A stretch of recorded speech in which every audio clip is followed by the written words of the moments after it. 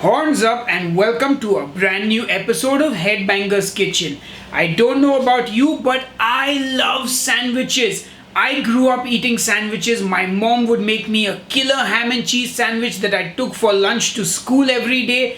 But one of the sandwiches I loved most was something called a chicken junglee sandwich. It was white bread with chicken and mayo and it was delicious. And today I'm going to show you how to make it. Anyway, enough jibber jabber, let's get cooking. I'm going to start by finely chopping half a red onion. You can use a white onion or even a spring onion, but for the authentic taste, use a red onion.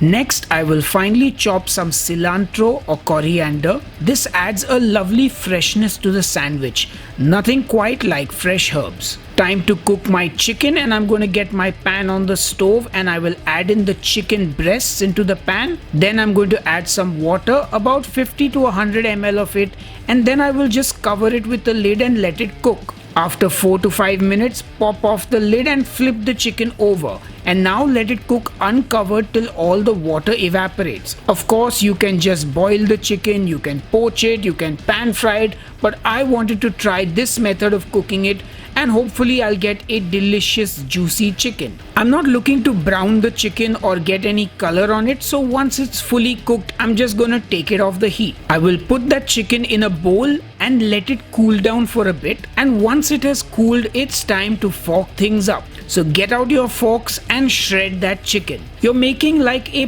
pulled chicken, so to speak, so you can use your knife and cut it up, but this gives a much better texture to the sandwich. Also, you can buy a rotisserie chicken from your supermarket and do this as well. Once that meat has been forked up really good and it's all nice and shredded, it's time to make the sandwich filling. First, we season that chicken with some salt, then some freshly cracked black pepper, the chopped red onion, the cilantro or coriander. In goes some Worcestershire sauce, and don't skip this because it takes it to the next level flavor wise. And finally, mayonnaise, and give it all a good mix. Now, two things to keep in mind: make sure that the pepper is freshly ground for better flavor, and if you want to use a light or low fat mayo to make this lower in calories, then by all means go ahead. The sandwich spread is now ready, and frankly you can eat it as it is. I mean, just throw in a few lettuce leaves and you've got a salad. That looks delicious already. But we are going to make a sandwich because bread rules, and I've got some soft and delicious white bread. So a slice of bread, add a generous amount of that filling, another slice on top, and then cut it. And look at that beautiful sandwich. I can't wait to eat it. It looks so good. But I'm going to make a second sandwich and I will cut off the corners of the bread, because for some reason people seem to like it like this without the edge of the bread, which I think is one of the best parts. But of course I don't waste anything, so I will be eating those edges of the bread, and our sandwich without an edge, or as I'd like to call it, the naked sandwich, is ready as well. And even that looks really good. That's it folks, our chicken junglee sandwich is ready and waiting to be eaten. Go on, take a bite.